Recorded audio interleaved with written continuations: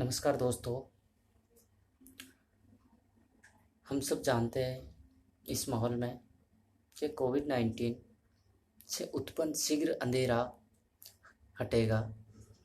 आप और हम इसी जज्बे के साथ में और इसी विश्वास के साथ में इसे परास्त भी करेंगे और परास्त करने के लिए हम लड़ते रहेंगे और एक नई सुबह के लिए हम उसका स्वागत का इंतज़ार करेंगे।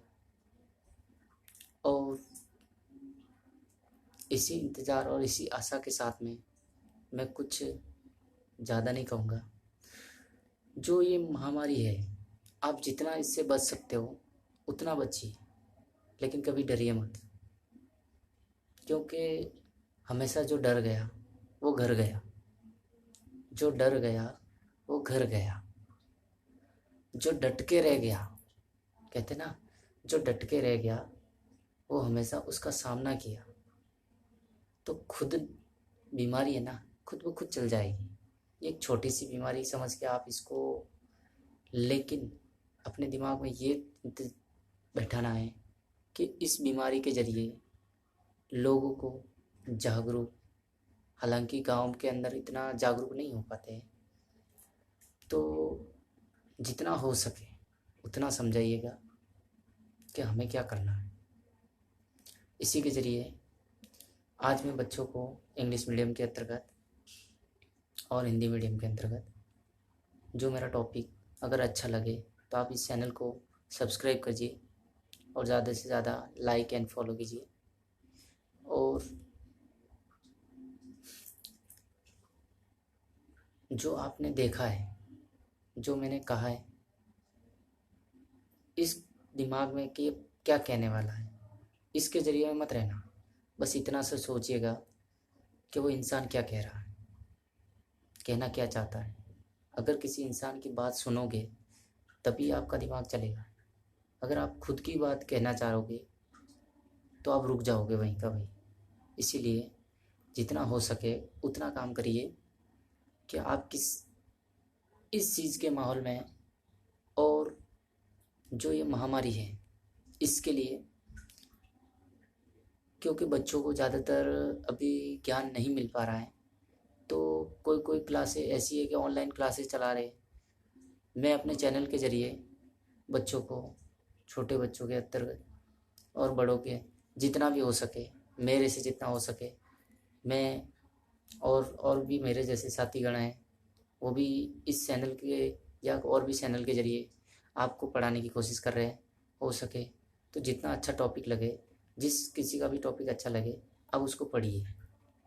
इसी के चलते मैं टेंस पढ़ाऊँगा।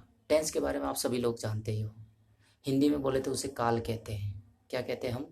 काल कहते हैं। टेंस, इसको ज़्यादातर बच्चे रट्टा मार के सीख लेते हैं, लेकिन मेरे अंदाज में मैं कहता हूँ कि टेंस एक ऐसी चीज़ है, आप इस चीज़ को रट्टा मार के नहीं, बल्कि इस चीज़ को आप व्यवहारिक नॉलेज के तरीके पे सीखिए। देखिए आपका दिमाग कितना चलता है। इसी के चलते देखिए हम पढ़ते हैं आज टेंस। क्या पढ़ेंगे? टेंस। टेंस को हिंदी में क्या कहते हैं हम? काल। क्या कहते हैं? काल। हिंदी में बोले तो इसको काल ही कहा जाता है, और अदर लैंग्वेज में इसको और भी कहते हैं, जैसे उर्दू में अलग कहते हैं, इंग्लिश में और हिंदी में तो सब बच्चे जानते ही हैं।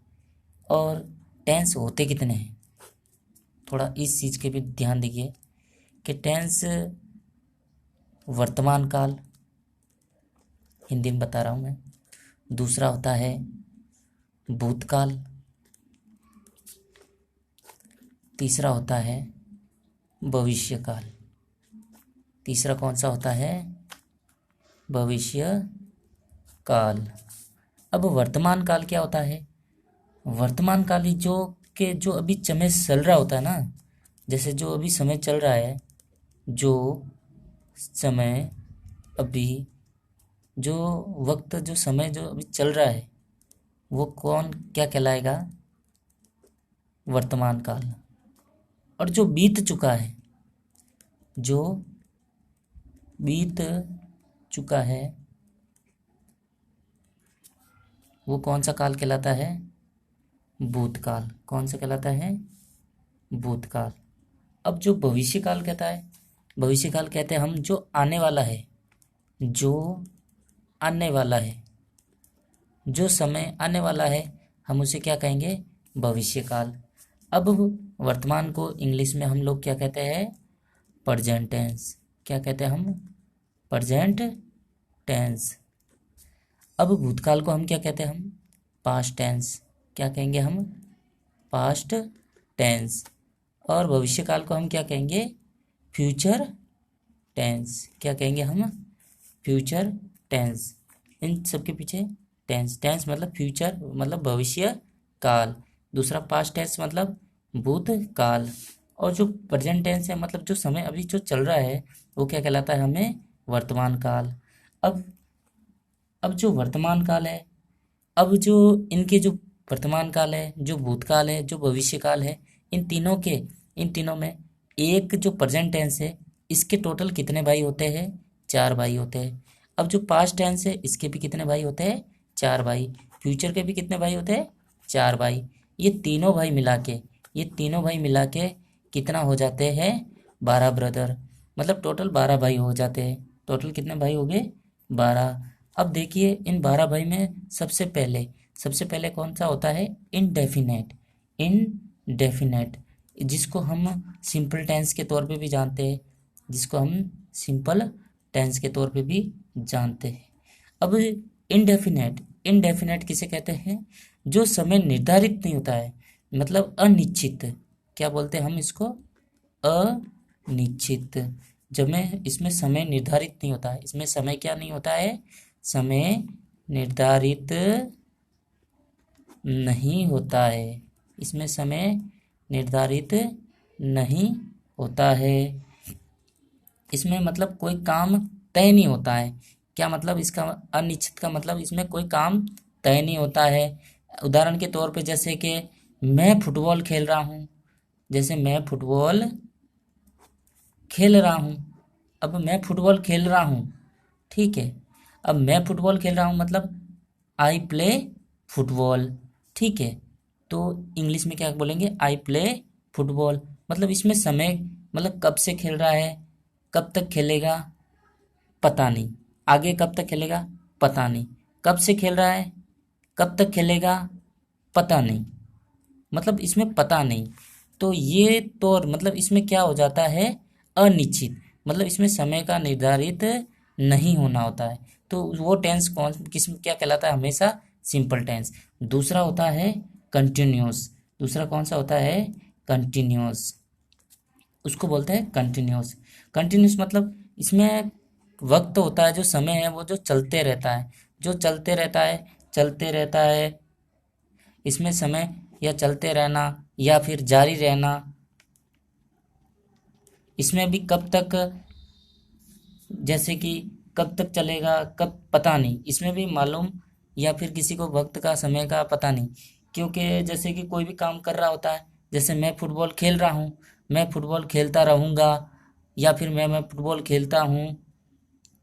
आगे हमने पढ़ा था सिंपल टेंस में कि भाई मैं फुटबॉल खेल रहा हूँ, इसमें जो चलते रहना जारी रहना, कब तक बोलूँगा। जैसे मैं हिंदी बोलता हूँ, मैं हिंदी बोलता हूँ, या मैं हिंदी बोलता रहूँगा, या मैं हिंदी बोलूँगा।